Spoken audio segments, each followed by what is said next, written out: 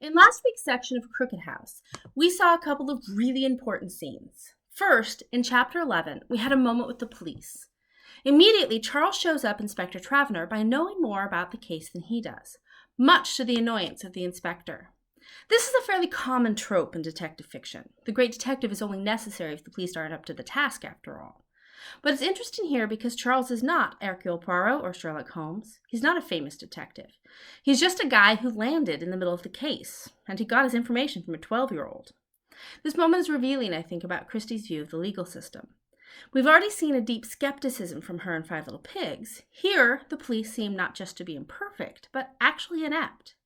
All except Charles's father, who seems to know even more than he is saying. He's the closest figure to Hercule Poirot. He knows the questions to ask and the stories to tell. First, he calls out Charles's assumption that poison is a feminine crime. Then he gives us a very insightful discussion of murderers. Some of them are just nice, everyday people. He says, murder, you see, is an amateur crime. One feels very often as though these nice, ordinary chaps had been overtaken, as it were, by murder, almost accidentally. They've been in a tight place or they've wanted something very badly, money or a woman, and they've killed to get it. The brake that operates with most of us doesn't operate with them. A child, translates desire into action. Lots of kids try to take a baby out of its pram and drown it because it usurps attention or interferes with their pleasures. They get, very early, to a stage where they know that it is wrong, that it will be punished. Later, they get to feel that it is wrong. But some people, I suspect, remain morally immature. They continue to be aware that murder is wrong, but they do not feel it. I don't think, in my experience, that any murderer has really felt remorse. Murderers are set apart. They're different. Murder is wrong, but not for them. For them it is necessary. The victim has asked for it. It was the only way. He then brings up the real-life case of Constance Kent, a young girl who killed her baby brother. This case is important not just for the similarities as a family killing. As Charles's father says, people more often kill those they love than those they hate. It is also important for the themes that the case evokes. This is one of the first big sensational murders in England. It occurred not long after the creation of Scotland Yard, and professional detectives were both new and novel. People were fascinated by them.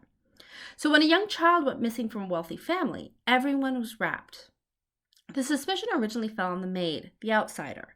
She was not one of the family and not of their class, two things that made her very suspicious to the police, and two characteristics that may remind you of Brenda Leonidas. Ultimately, she was cleared. It was years, though, before Constance was brought to justice, because who would believe that a well-bred young girl and a relative of the victim could be guilty? This case highlights the assumptions about class and guilt that Christie is exploring in Crooked House. Charles's father, and Christie herself, may be giving clues here as to who we should and should not suspect. He also tells Charles to pay attention to who wants to discuss the case because, as he says, I've never met a murderer who wasn't vain. It's their vanity that leads to their undoing, 9 times out of 10. They may be frightened of being caught, but they can't help strutting and boasting, and usually they're sure they've been far too clever to be caught. Much like a child, murderers like to show off.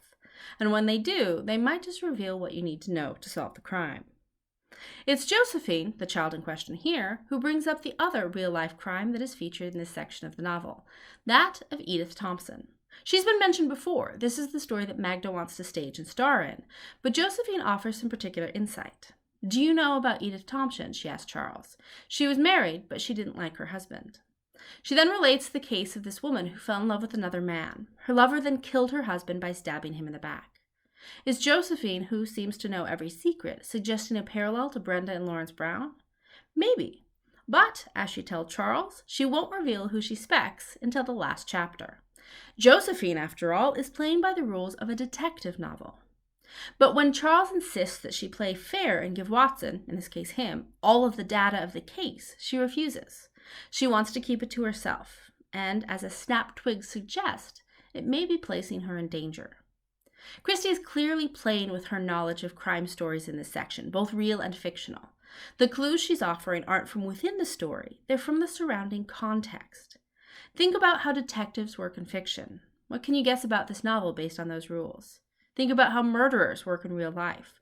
What elements of the mystery might Christie be pointing to with the 2 cases that she highlighted?